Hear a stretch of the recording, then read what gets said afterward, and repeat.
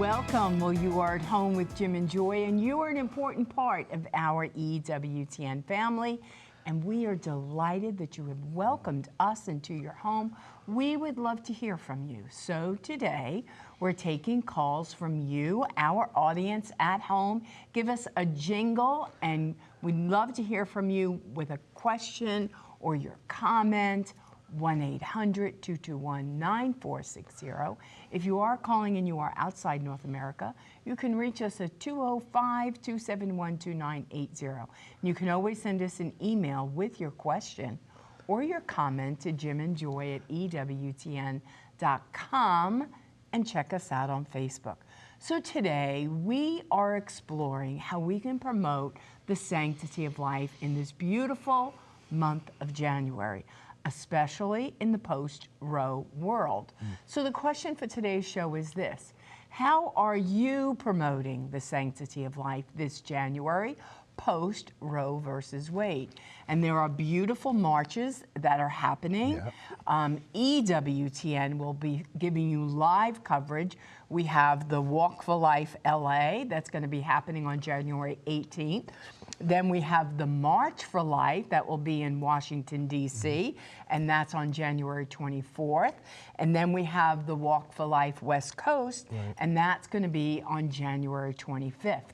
And so then there are state marches. We here in Birmingham, this Saturday, we're going to be having our own little state witness and rally. We have Mass at 9 o'clock. And then we here locally in the state of Alabama will be at the local Planned Parenthood here in downtown Birmingham. So there are state things for you to be involved in. There are national things for you to be involved in. The most important thing is, are you involved? Yeah. You say, well, I can't get out to those marches. It's cold, weather prohibits, whatever the reason might be. Yeah. Well, then you make sure that as a human being and as one who calls Jesus his Lord and King, that you are participating in prayer and fasting and making a sacrifice. And speaking of prayer, we certainly want to pray for all the people out in California who have been so just traumatized from this horrible fires that are happening. The loss of businesses and their homes, and just awful, and the people have lost their lives, and we certainly send our love and our prayers, and to especially the firefighters and their families. I mean, that is an awful ordeal, what's going on out there. So we want to hear from you, and again, you saw the question for the day: what are you doing to promote the sanctity of human life post-Roe, the Dobbs decision, everything going back to the states, some states with abortion on demand through all 9 months, others supposedly abortion-free, yet people are chemically aborting children, maybe not sold there in that state, but they're getting abortion pills. What are you doing? Maybe you can make recommendations to people who don't know what to do. So there's a long list of things that you could be doing in your local community to stand for life. Because out of sight, out of mind. In sight, we want to keep the sanctity of the human person in sight and in mind before people, that they might receive hope and healing, and that we will not stop until every human life is recognized as a human being from the moment of conception through natural death. So give us a call now. Call us, tell us where you're going, what you're doing. Maybe you don't know what to do. Maybe you want to ask us some things you could be doing. Maybe you could recommend to some people to get involved where you are. Like Joy said, we're in Birmingham next Saturday, Respect Life Mass at the Cathedral, and then 10:45 at Planned Parenthood. Every community should be doing something, and you need to know what's being done. 1-800-221-9460, 205-271-2980. You make this show. Give us a call now. We'll be right back. Plenty more to come. Don't go away.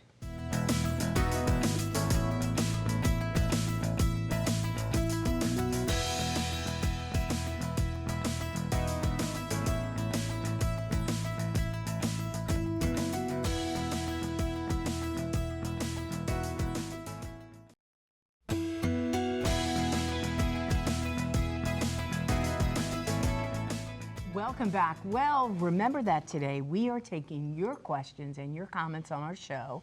So if you're watching, you know it's Monday and we're very alive. Give us a jingle at 1-800-221-9460.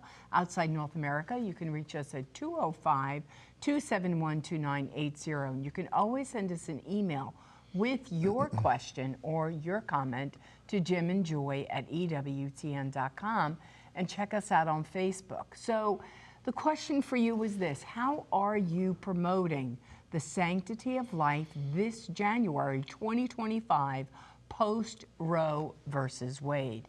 And so a lot is happening nationally. EWTN will be giving wonderful coverage for it all. But we, as a people of God, need to be witnesses for the sanctity of human life from the moment of conception until natural death in ways that you have a sphere of influence. You're in places I'm not. I'm in places you're not. And so we do have on our show today Ann Scheidler. Now, Ann is the vice president of the Pro-Life Action League. She is also the beloved wife of the late Joe Scheidler, and we had them on our show many years ago. And Ann and Joe are pro-life activists for a very long time, and they taught us many things. When we were newbies to the movement about 40 years ago, and we were trying to figure out how do we do this, how do we be a witness for life, they were light years ahead of us, making a way. They are really the mother and father or grandparents of the nonviolent direct action movement in the United States of America. I think they began working before Roe versus Wade. Joe's books, 99 Ways to Stop Abortion. I remember reading that when I first began in the movement, and then visiting with Joe, and then Racketeer for Life. Yes. Because he was sued on the RICO. And anyway, that's a great history of the pro-life movement, especially the activist pro-life movement. And it's great to have you on today. Thanks so much for gracing us with your presence. And we just want to hear from you. We just want to hear from you about, there's a lot of activity going on this time of year, as you know, every year. And we want to know what's going on with you and the Pro-Life Action League and what you can bring to us and encourage our viewers today. Well, January is traditionally a super busy month for the pro-life movement because for 50 years we commemorated the tragedy of the Roe v. Wade decision on January 22nd, 1973. Now, of course, that has been overturned, but the fight is far, far, far from being over because our culture is in much worse shape than it was back when abortion was legalized by the Supreme Court. So if anybody thought that ended it, the Dobbs decision overturning Roe v. Wade, no, it certainly did not. We have still a lot of work to do. I'm afraid for some people they did think that, okay, we won, this is great, we can move on and do something else.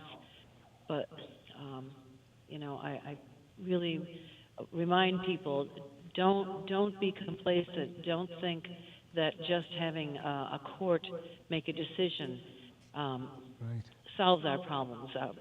Our culture needs us. It needs us to be activists. It needs us to keep praying for the sanctity of life. It needs, as you were saying, to be witnesses, which we can do in a lot of ways. And I think it's in this computer age a bit tempting to just think if you click something online, you've done your part.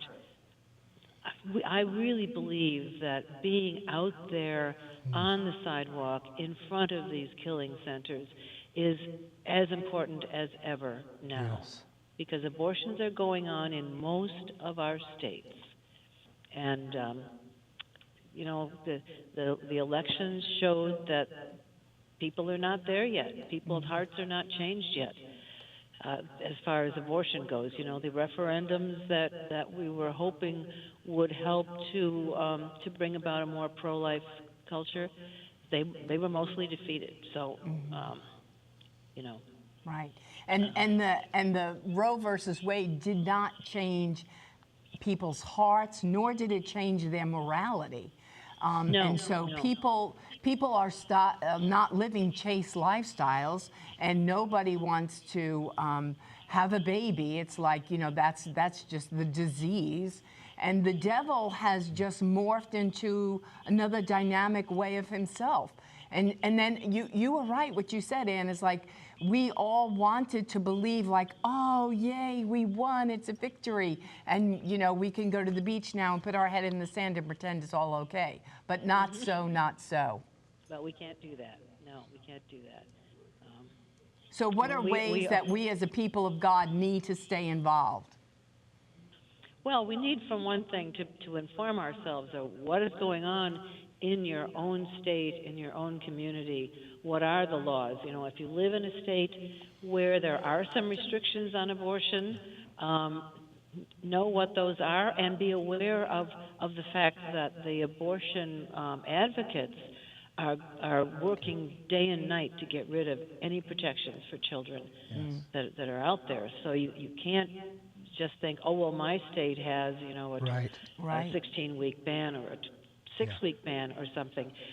If you don't stay on top of it, that will go away too, and more babies' lives are lost. Now, it's true that abortion is down somewhat since the Dobbs decision, and we're grateful for that.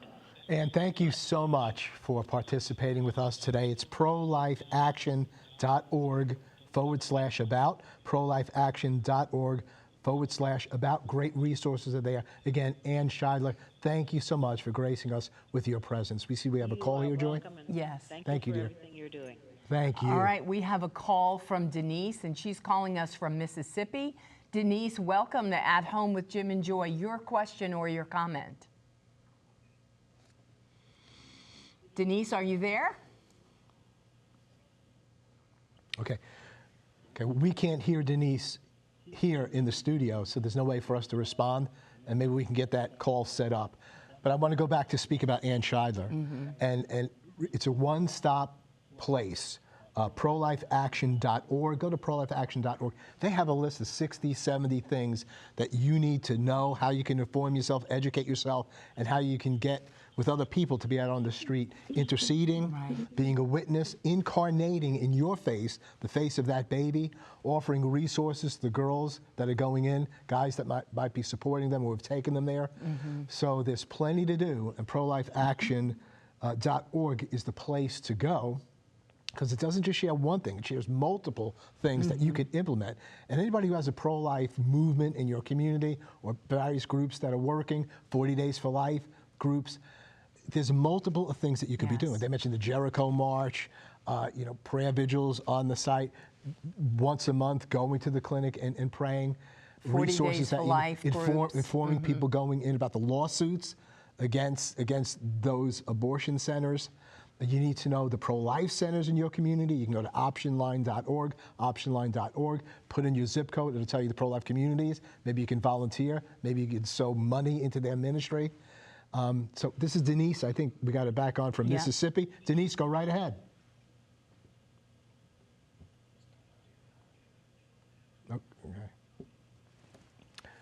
Okay, I don't think we can hear Denise again, so we'll get that set up at some point here. Well, you know, I think one of the most important things that Ann said is that, you know, we here in Alabama, we live in a state where abortion is restricted. You cannot have an abortion in the state of Alabama. But it doesn't mean that girls are not doing it. They're getting the abortion pill online from countries that have no federal regulations, or they don't even know what they're taking, and they're taking it because their desire is not to be pregnant. Nobody wants a consequence. Everybody wants to live their life as we choose, and we don't get that. We don't get to do that. And so we, on a daily basis, see clients who come in who are like, I need to know how far along I am with this pregnancy, because then that's just going to tell me where I'm going to go. Am I going to go to a state that has the heartbeat law? Am I going to go to a state that I can have the abortion if I'm past a certain gestational development? And so and this is just Alabama, that's just one state. So we as a people of God, you need to know how many abortion clinics are in your state. Where are the abortion clinics in your state? Does your church have a pro-life chapter? Is your church doing anything? Are you going out? Are you praying every single day that abortion would come to an end? Are you praying for conversion for the people who are in the abortion industry?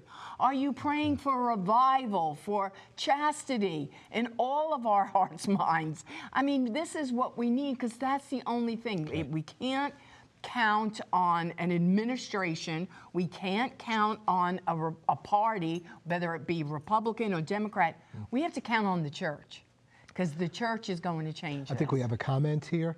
It says, this January, I'm volunteering at my local pregnancy center to support women in need. I believe every life is a gift from God, and I want to help others choose life just as He would want us to. It's a small way. I can make a big difference. Samantha from Dover, Delaware. And again, we mentioned to you optionline.org, optionline.org. You need to know that website, because if you go there, you just put in your zip code, and they'll tell you the pregnancy medical centers or resource centers in your local community. You can get to know them. You can volunteer. You can go and visit there. They also have post-abortion healing resources for you on optionline.org. Maybe what you're going to be doing this year, you say, what am I doing? Maybe you've had an abortion and you need greater healing in your life. Go to optionline.org. Receive all the healing the Lord has for you. Because those who've experienced abortion, God desires to heal you, and you can become an eloquent spokesperson on behalf of life. We'll be right back. Plenty more to come. Please don't go away.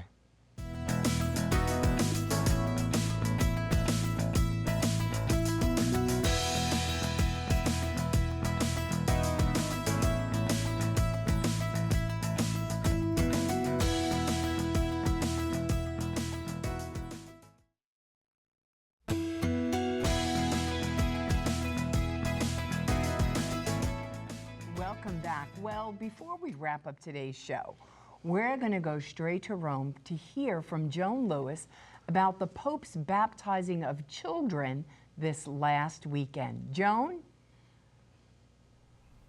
Well, greetings, Jim and Joy. Yesterday, Sunday, in the stunning setting of the Sistine Chapel with its Michelangelo masterpieces, Pope Francis baptized 21 new babies. Now, this, of course, was the feast of the baptism of Jesus. And it's very interesting because this tradition goes back to only 1981. And it was Pope John Paul II who baptized a number of infants in the Pauline Chapel of the Apostolic Chalice. At the time, they were the children of Swiss guards. And then, over the years of his pontificates, he baptized larger numbers of babies in the Vatican Basilica, in the Sistine Chapel, and also, interestingly enough, 1989, 90, and 91, he baptized well over 40 children each year in the Hall of Blessings. That's the great big long hall above the atrium of St. Peter's Basilica. And it was only in 1995 that the Sistine Chapel became, and still is, the traditional site for the baptism of children. And by the way, most of the children now that are baptized by popes are children of Vatican employees. And Pope Francis welcomed, of course, the parents and the godparents and the little ones, and he encouraged them, you know, not to worry if their children cry or make noise or have to be fed. He's really always tried to do this, to put parents and godparents at ease so they don't feel like they're interrupting something. The Pope said, it's important the children feel comfortable. The children are in charge, and we must serve them with the sacraments and with prayers. And he also reminded the parents and godparents that it's not just a special day for the children, he said, but for everyone.